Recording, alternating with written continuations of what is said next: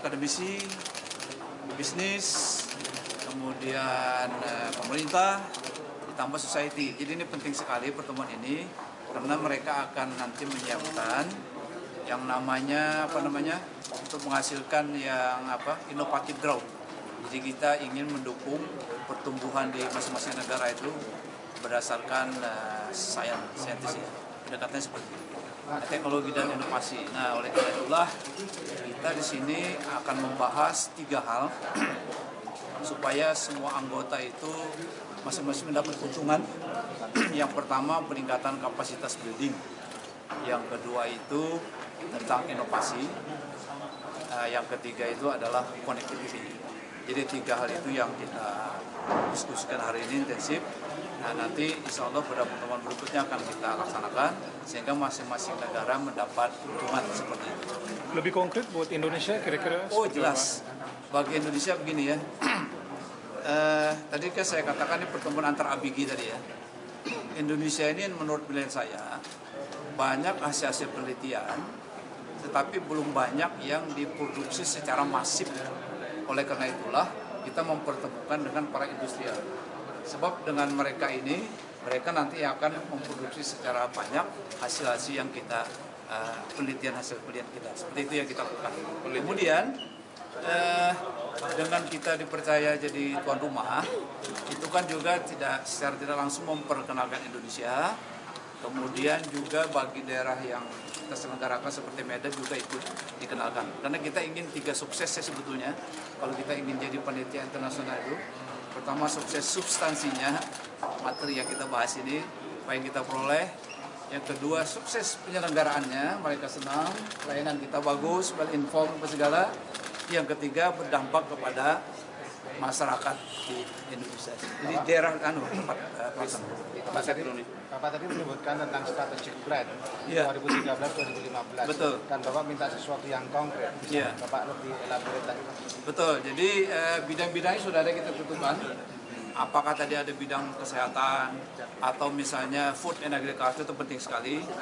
Dan energi saya tahu saya ini selaras dengan rencana Indonesia selama 5 tahun ya. Jadi urutan kita tuh 7 sebetulnya ya. Seperti pertanian dan pertahanan pangan, energi, kesehatan, ICT, kemudian material maju, kemudian industri pertahanan sebetulnya. Ada 7. Jadi ini selaras dengan yang apa yang mereka sampaikan.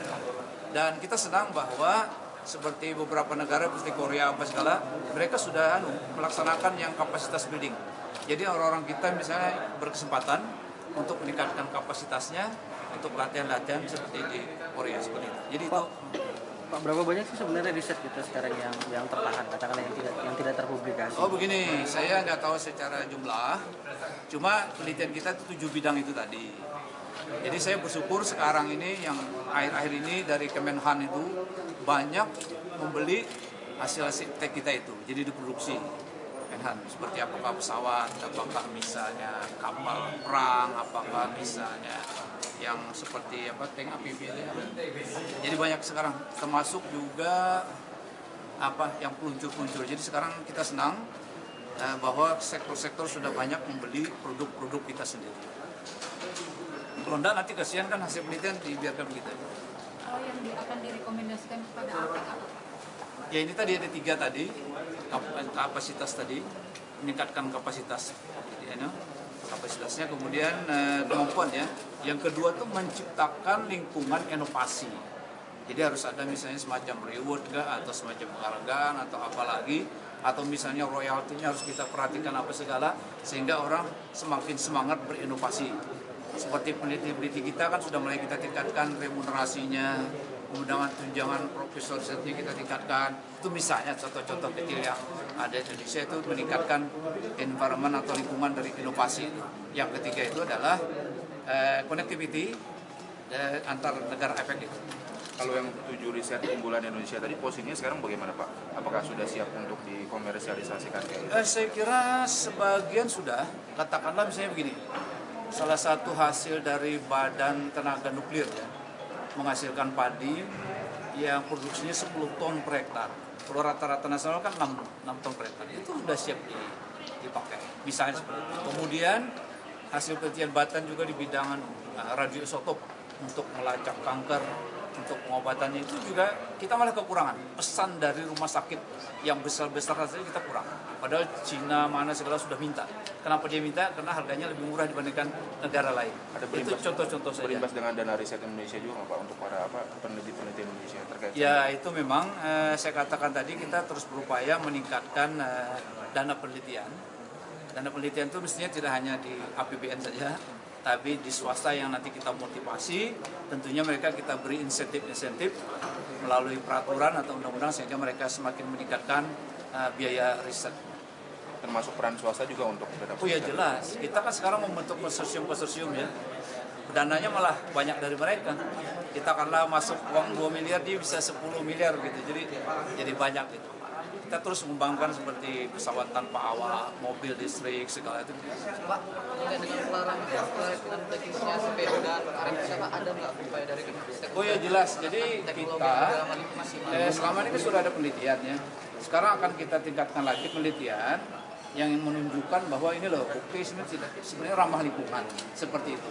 Kita kan sudah menerapkan apa namanya ISPO apa ya? ISPO kan? SPO ya. Nah itu yang dikoordinir oleh Kementerian Pertanian, LH sama Ristek juga. Itu ingin menunjukkan kepada dunia bahwa kita ini betul-betul ramah lingkungan. Jadi harus dibuktikan dengan riset itu. Mereka kalau perlu kita undang ke tempat penelitian itu supaya melihat sendiri. Sebab kalau ngomong-ngomong saja nanti kurang kuat. Nah, kita khawatir ini hanya untuk permainan bisnis saja. Karena punya kita murah, bisa daya saing tinggi kan, sehingga dia laku. Orang takut itu, jadi dibikin aja tidak ramah lingkungan lah, apalah seperti itu. Nah, itu kita terus berjuang itu untuk melakukan kampanye-kampanye untuk melindungi produk kita. Gimana Pak mau menambahkan? Kalau dari swasta Pak, negara mana sih Pak yang saya tertarik dengan riset-riset Indonesia Pak? Apakah di Afrika? Selama ini sejak saya sebagai Menteri Lingkungan Hidup sampai sekarang Ristek itu setahu saya Jepang dan Korea itu sering menawarkan. Kemudian yang berkaitan dengan lingkungan itu bisa seperti Norwegia atau Swedia itu juga menawarkan. Yang berkaitan dengan yang lain katakanlah seperti kita kan sering dilanda tsunami, gempa bumi, itu Jerman dan Jepang juga sering bekerjasama dalam bidang yang kita lakukan. Jadi ini pertemuan seperti ini justru mengikat mereka sehingga mereka senang membantu kita.